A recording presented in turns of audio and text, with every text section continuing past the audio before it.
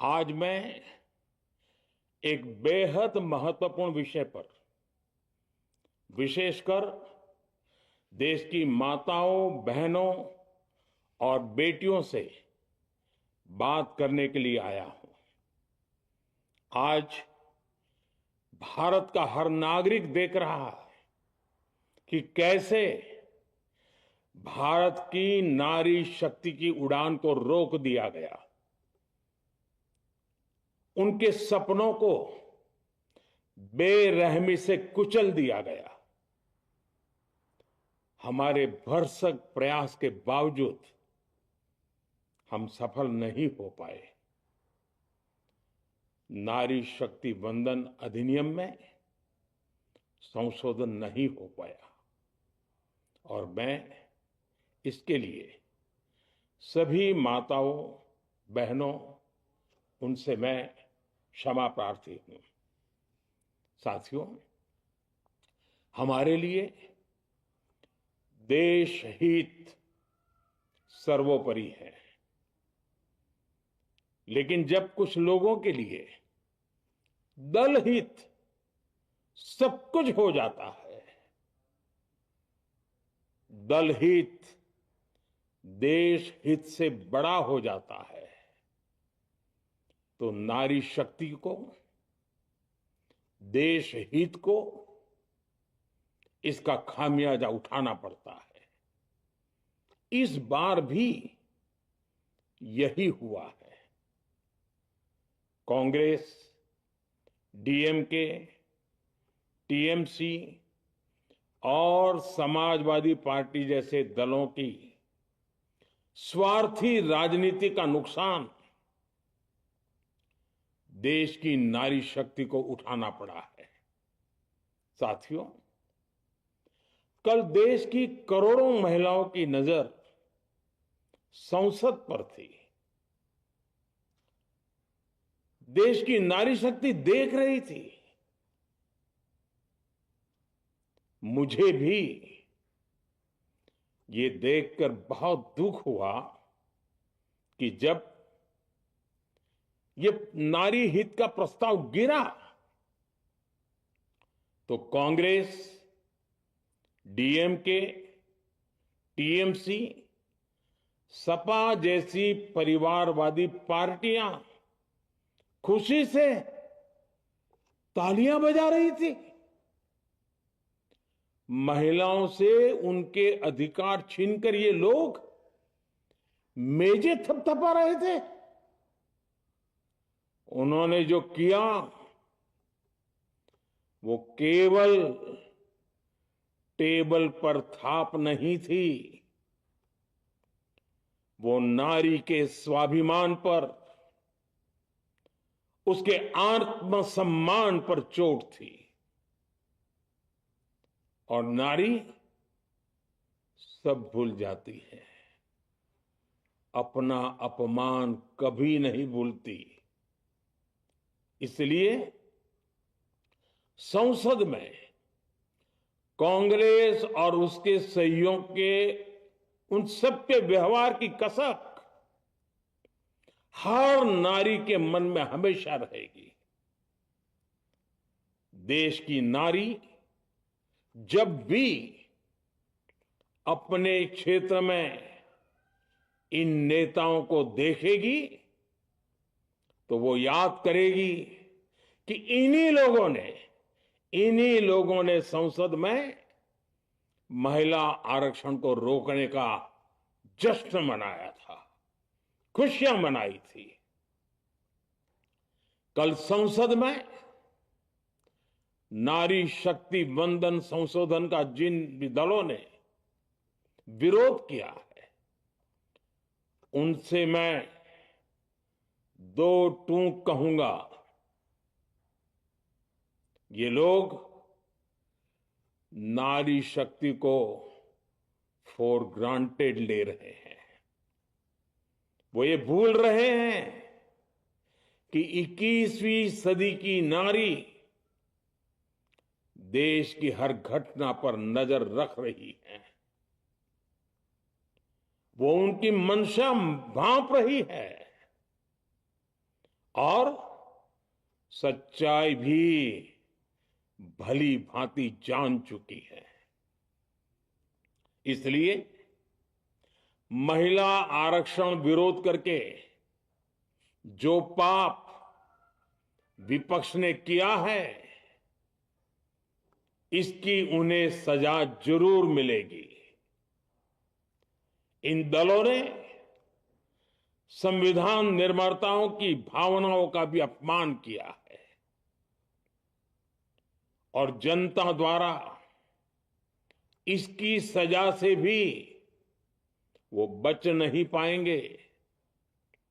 साथियों, सदन में नारी शक्ति वंदन संशोधन किसी से भी कुछ छीनने का नहीं था।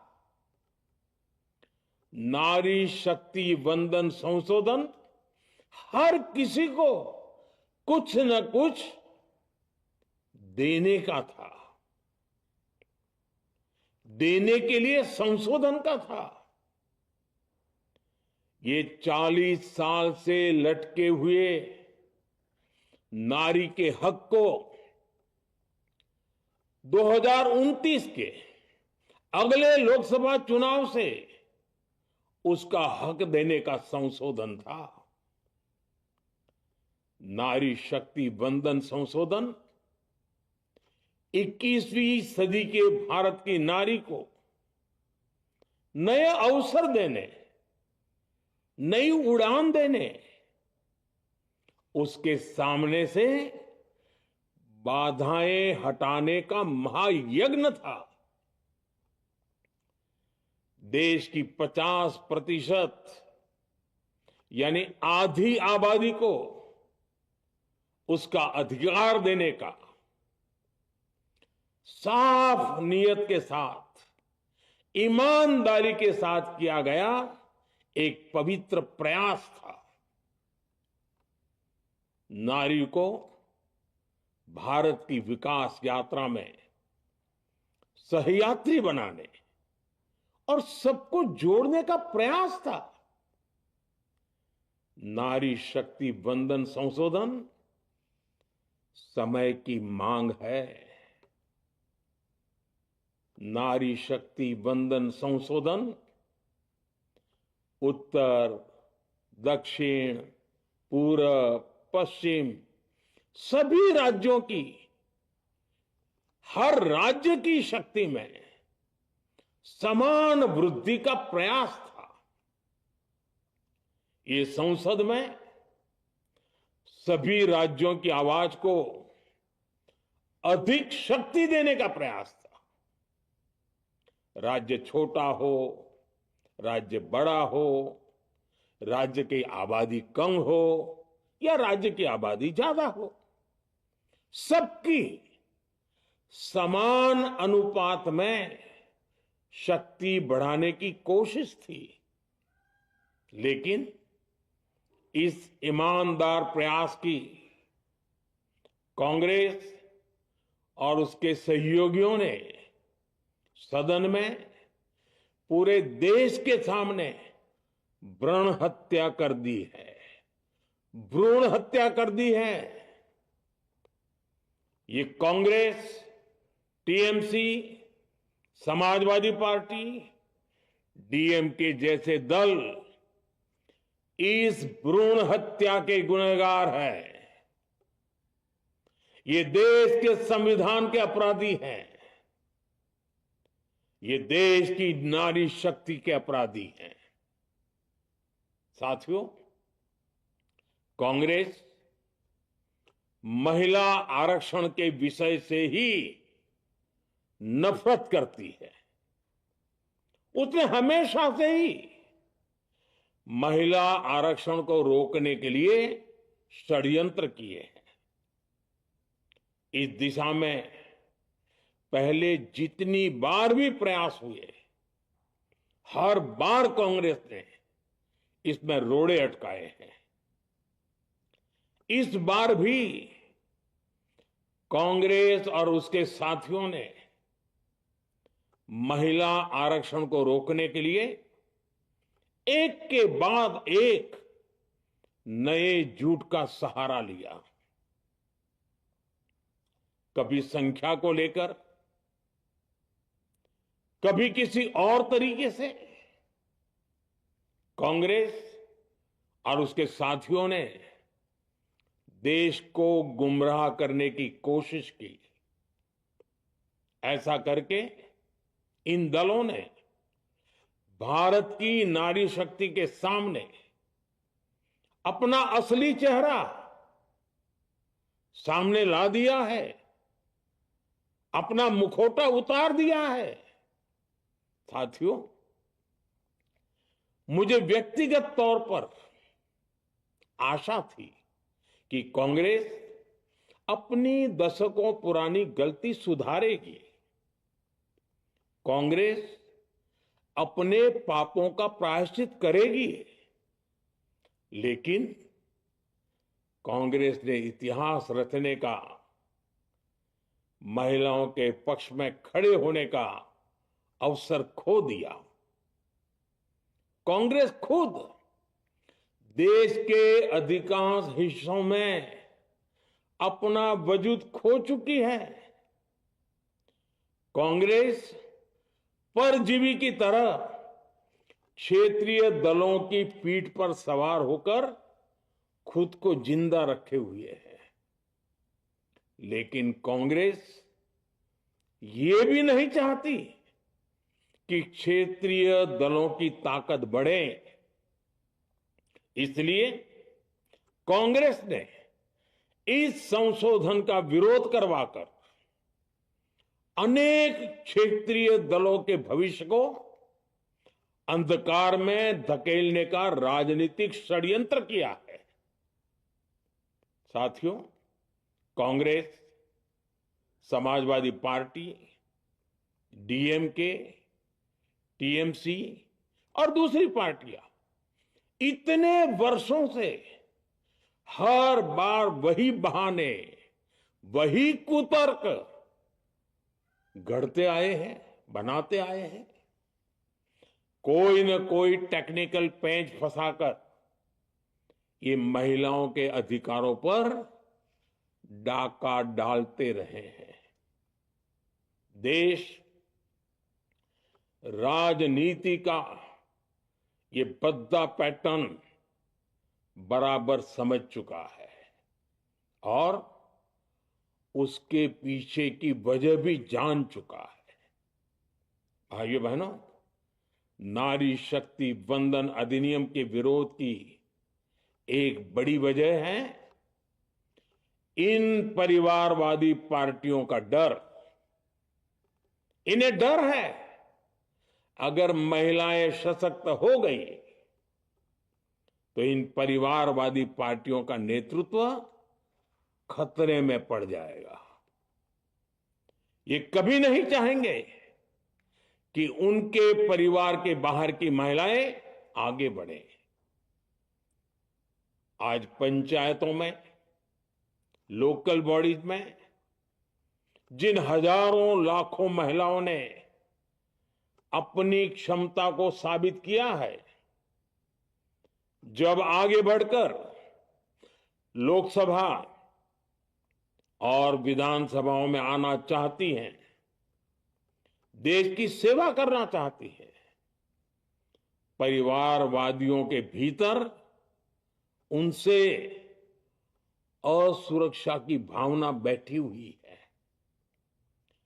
परिसीमन के बाद महिलाओं के लिए कहीं ज्यादा सीटें होगी, महिलाओं का कद बढ़ेगा। इसलिए इन लोगों ने नारी शक्ति वंदन संशोधन का विरोध किया है। देश की नारी शक्ति कांग्रेस और उसके सहयोगियों को इस पाप के लिए कभी माफ नहीं करेगी। मेरे प्रिय देशवासियों, कांग्रेस और उसके साथी दल डिलिमिटेशन पर लगातार झूठ बोल रहे हैं। ये इस बहाने विभाजन की आग को सुलगाना चाहते हैं, क्योंकि बांटो और राज करो, कांग्रेस ये पॉलिटिक्स अंग्रेजों से विरासत में सीख कर आई है और कांग्रेस आज भी उसी के सहारे चल रही है। कांग्रेस ने हमेशा देश में दरार पैदा करने वाली भावनाओं को हवा दी है।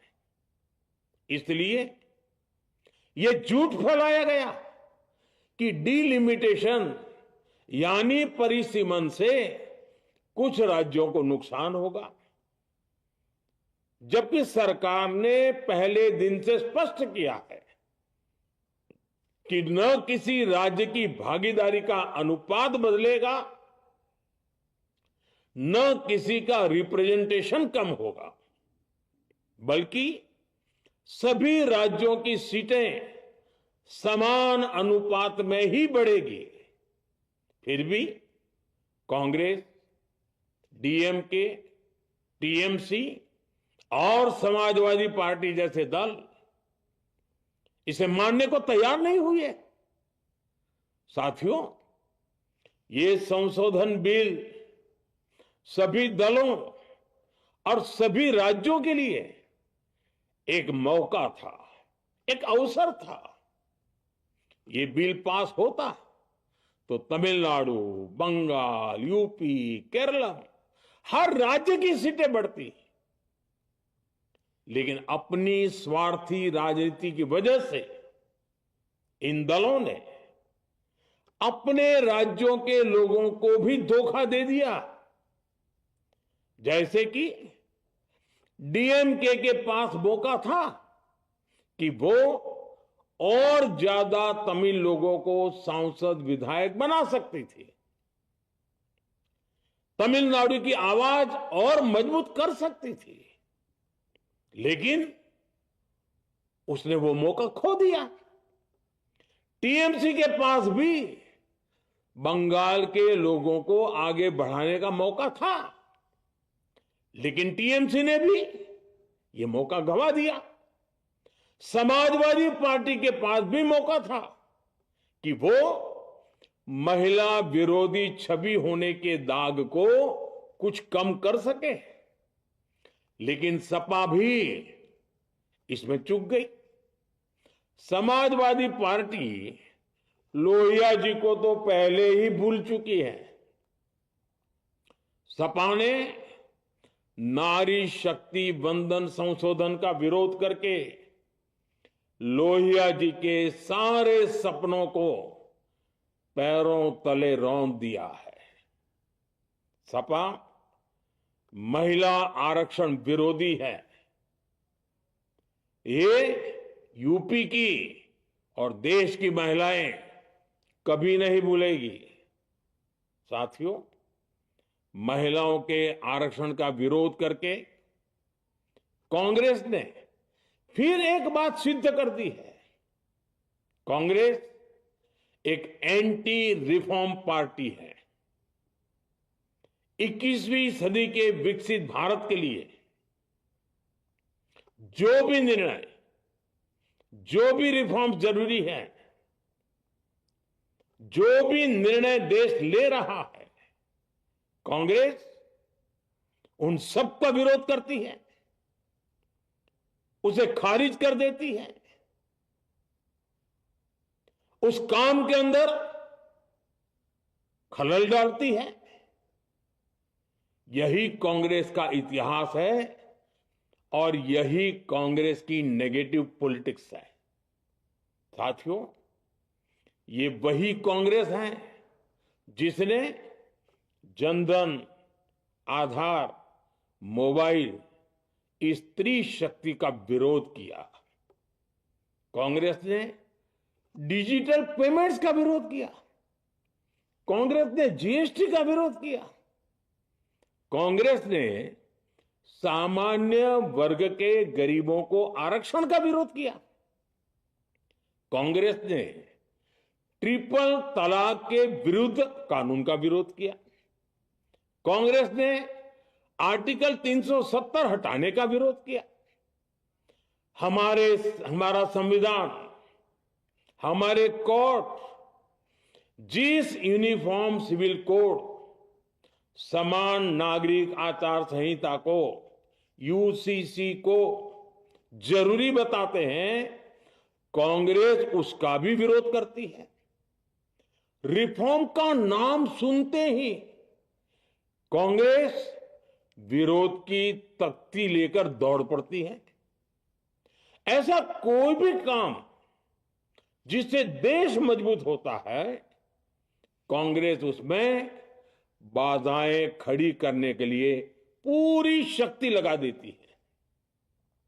Congress one nation one election का विरोध करती है। कांग्रेस देश में घुसपैठियों को भगाने का विरोध करती है। कांग्रेस मतदाता सूची के शुद्धिकरण, एसआईआर का विरोध करती है। कांग्रेस वक्फ बोर्ड में रिफॉर्म का विरोध करती है। साथियों, कांग्रेस ने शरणार्थियों को सुरक्षा देने वाले सीएए कानून तक का विरोध किया। इस पर झूठ बोलकर, अफवाहें फैलाकर देश में बवंडर खड़ा कर दिया। कांग्रेस माओवादी नक्सली हिंसा को समाप्त करने के देश के प्रयासों में भी रुकावटें डालती है। कांग्रेस का एक ही पैटर्न रहा है, कोई भी रिफॉर्म आए तो झूठ बोलो, भ्रम फैलाओ। इतिहास साक्षी है, कांग्रेस ने हमेशा यही नेगेटिव रास्ता चुना है। साथियों, जो भी कार्य देश के लिए जरूरी फैसला होता है, कांग्रेस इसको कारपेट के नीचे डाल देती है। कांग्रेस के इसी रवैये की वजह से भारत विकास की उस ऊंचाई पर नहीं पहुंच पाया जिसका भारत हकदार है।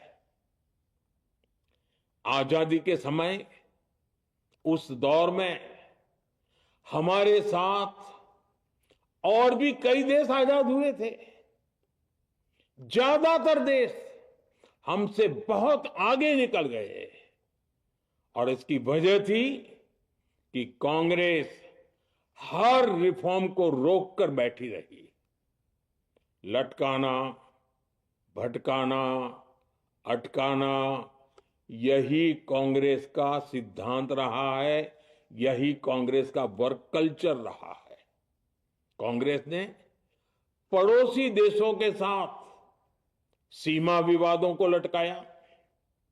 कांग्रेस ने पाकिस्तान के साथ पानी बंटवारे से जुड़े विवादों को लटकाया। कांग्रेस ने ओबीसी आरक्षण के निर्णय को 40 साल तक लटकाए रखा। कांग्रेस ने सैनिकों के लिए वन रैंक वन पेंशन को 40 साल तक रोके रखा। साथियों, कांग्रेस के इस रवैये ने हमेशा देश का बहुत बड़ा नुकसान किया है। कांग्रेस के हर विरोध, हर अनिर्णय, हर छल प्रपंच का खामियाजा देश ने भुगता है, देश की पीढ़ियों ने भुगता है। आज देश के सामने जितनी भी बड़ी चुनौतियां हैं, वो कांग्रेस के इसी रवैये से उपजी हुई है।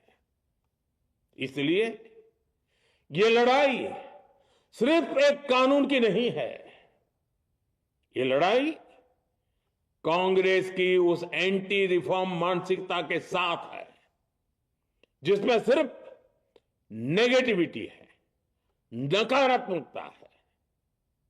और मुझे इसमें कोई संदेह नहीं है कि देश की सभी बहनें बेटियां कांग्रेस की इस मानसिकता को करारा जवाब दे के रहेगी। साथियों, कुछ लोग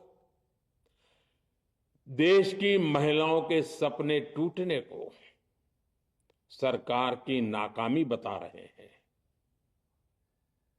लेकिन ये विषय कामयाबी या नाकामयाबी क्रेडिट का था ही नहीं। मैंने संसद में भी कहा था, आधी आबादी को उनका हक मिल जाने दीजिए, मैं इसका क्रेडिट विज्ञापन छपवाकर विपक्ष के सभी लोगों को दे दूंगा।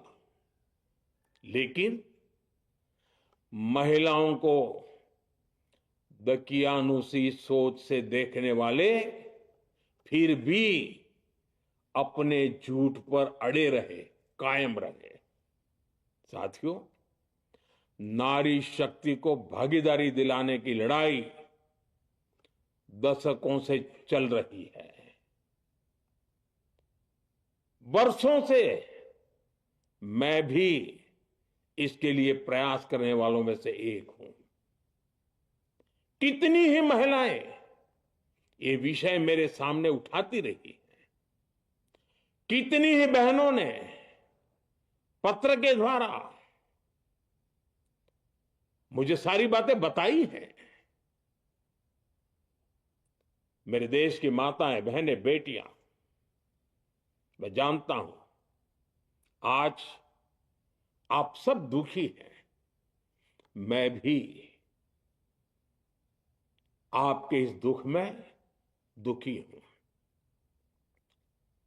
आज भले ही बिल पास कराने के लिए जरूरी 66% वोट हमें नहीं मिला हो, लेकिन मैं जानता हूं देश की 100%, 100% नारी शक्ति का आशीर्वाद हमारे साथ है। मैं देश की हर नारी को विश्वास दिलाता हूं, हम महिला आरक्षण के रास्ते में आने वाले हर रुकावट को खत्म करके रहेंगे, हटा करके रहेंगे। हमारा हौसला भी बुलंद है, हमारी हिम्मत भी अटूट है और हमारा इरादा भी अड़िग है। महिला आरक्षण का विरोध करने वाली पार्टियां ये देश की नारी शक्ति को संसद और विधानसभाओं में उनकी भागीदारी बढ़ाने से कभी भी रोक नहीं पाएंगे। सिर्फ वक्त का इंतजार है। नारी शक्ति के सशक्तिकरण का बीजेपी एनडीए का संकल्प अक्षुण्ण है। कल हमारे पास संख्या बल नहीं था, लेकिन इसका मतलब ये नहीं है कि हम हार गए। हमारा आत्मबल अजेय है। हमारा प्रयास रुकेगा नहीं, हमारा प्रयास थमेगा नहीं। हमारे पास आगे भी और मौके आएंगे। हमें आधी आबादी के सपनों के लिए, देश के भविष्य के लिए इस संकल्प को पूरा करना ही है। आप सबका बहुत बहुत धन्यवाद।